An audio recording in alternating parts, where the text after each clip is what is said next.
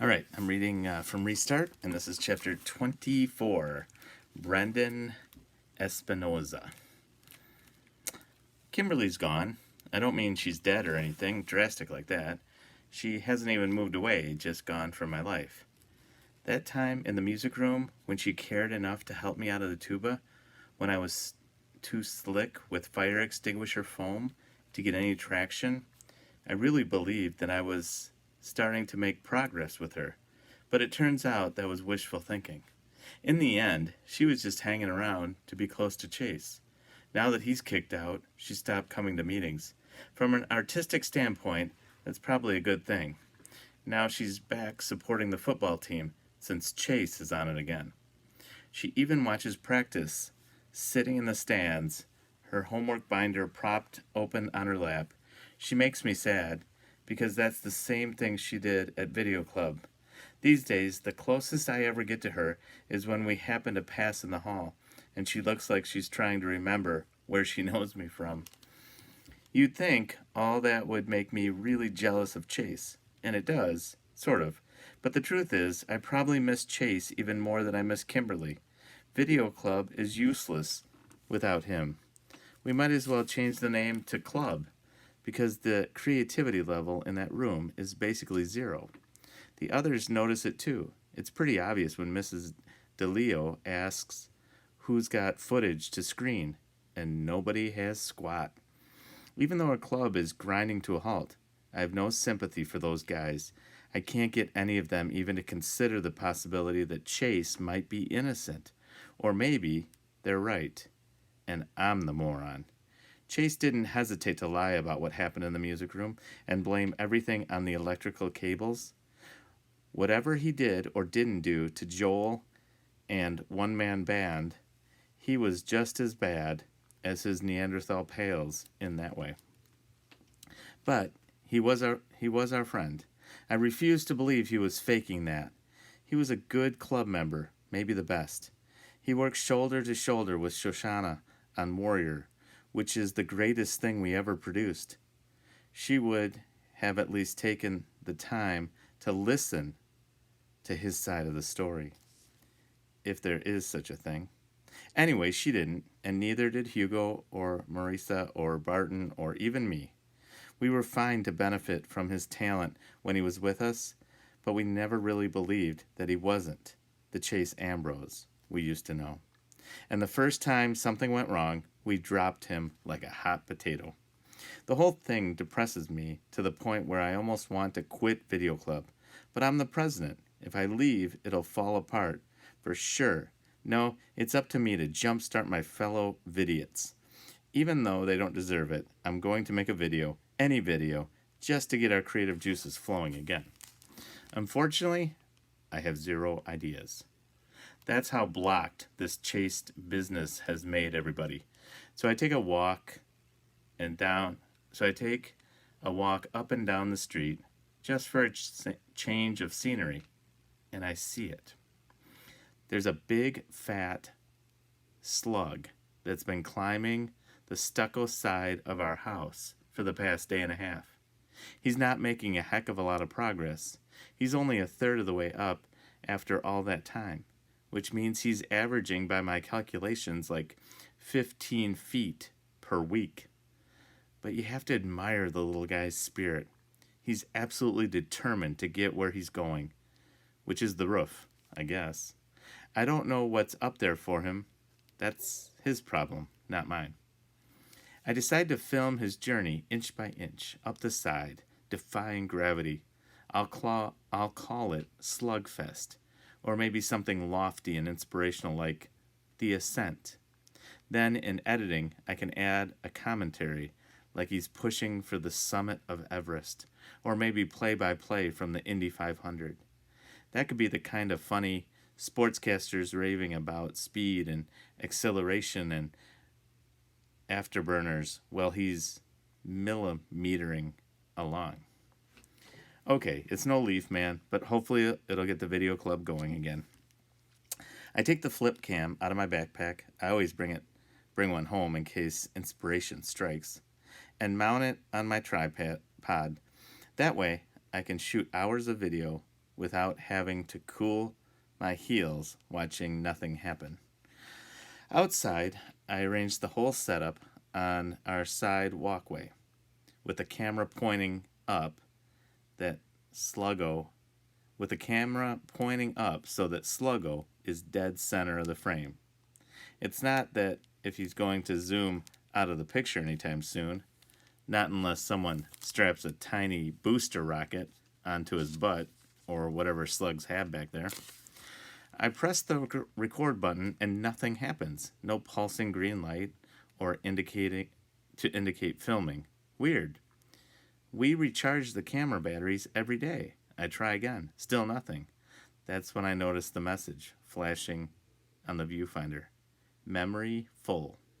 That's impossible. Club rules say that you have to download your footage onto a computer or a memory stick so we can wipe the camera for the next user. Miss DeLeo is a real tyrant about it. How did this one get missed?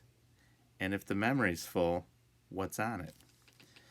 I press the play button. The first thing I hear out of the Flipcam's tiny speaker is a high-octane full orchestra rendition of For He's a Jolly Good Fellow. Then I see myself in a dark suit and bow tie on band risers in front of the green screen. I'm in a chair with the clarinet in my hands, pretending to play along with the fast-paced music. As I watch, transfixed, clarinet Brendan disappears, to be replaced in a jump cut by another version of myself sitting in the same chair a few feet away. This time, I've got a violin, and I'm fiddling like mad in furious time with the song. That goes on for a little while, and then, just as suddenly, I'm seated at a drum set on the highest riser, my arms just a blur. It hits me. Oh, this is the one-man band. I must have started the camera, and in all the excitement, I never switched it off. Come to think of it, I never turned in that camera that afternoon. Kimberly did it for me while I was in the bathroom trying to clean up my suit, which was hemorrhaging shoe polish all over the school. And Kimberly being Kimberly, she didn't know the rule about wiping the memory. She just put the camera back on the shelf. Amazing, I thought. One-man band? I thought one-man band was gone forever. And here it is on the Flipcam, ready to be cut into my greatest video ever. Obviously, I won't be able to use the tuba part because that's when we got attacked and the whole shot got busted up. After all, my band can't feature a tuba player who gets slimed with foam and trapped in his own instrument. But the rest of it, breathlessly, I fast forward. It's all okay. Better than okay. This could be my first YouTube video to hit the big time. I scan right to the end, and it's all there. Aaron and Bear raiding the shot. Kimberly running out to get Chase, and finally the tug-of-war between him and Bear with the fire extinguisher. Even over the loud music, you can actually hear the whack with the heavy metal casing as it smashes Joel in the eye. I wince a little at that. No wonder half the poor guy's face is black and blue. That had to hurt. I bet it still does. Also, and this is important, no smoke, no fire, no reason to fill the room with foam. Not that I ever took that story seriously. Still, it's nice to have hard evidence. Evidence.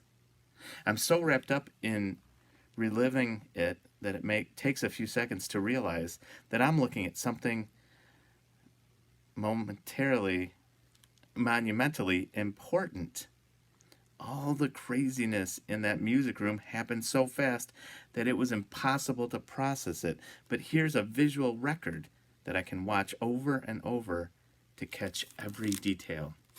So I back up to the clip to the moment Chase burst onto the scene and run it in super slow-mo. He looks shocked. If he planned this, he has to be the greatest actor in the world. When Bear hands him the fire extinguisher, he takes it, but he just stands there holding it, as if he has no idea what it is or why he has it. He never fires it or even holds it upright. It's like he's in a daze until Bear tries to grab the thing back.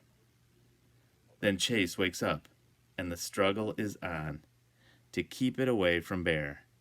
And when he pulls it free and it swings back and hits Joel, pure accident. Maybe afterward he helped Aaron and Bear cover up what they did, but this video proves that Chase was trying to stop the attack, not to join in. I'm practically bursting out of my skin with excitement. I want to run in 15 different directions to spread the word far and wide. Who should I tell first? Chase? Mrs. DeLeo? Dr. Fritz Wallace? It's more than just about the video club. It's about justice. And don't forget Joel himself. He shouldn't be allowed to go on thinking that Chase still has it out for him. And Shoshana? She's a nice person and a great vidiot. But let's face it, right now, she'd burn Chase at the stake if she thought she could get away with it. She needs to know what really happened. All the vidiots do. I frowned. It's the weekend. None of us will be at school until Monday. This has to be done right. The school can wait, but the video club should see this footage. It's more than just evidence. It'll be nothing less than a demonstration of the power of the moving image to change hearts and minds. Who better than the president of the video club to make it happen? I take out my phone and compose a text to Chase, Shoshana, and Joel. Urgent. Come to my house at 10 a.m. tomorrow. There's something important you have to see. P.S. I'm not trying to rope you into helping me with another YouTube video. After some agonizing soul-searching, I send the same text to Kimberly, but add the line that says, P.S. Chase will be there. Okay, I want to see her again. Sue me. All right, we're just going to do one chapter right now. That's chapter 24, and we'll come back and do chapter 25 tomorrow.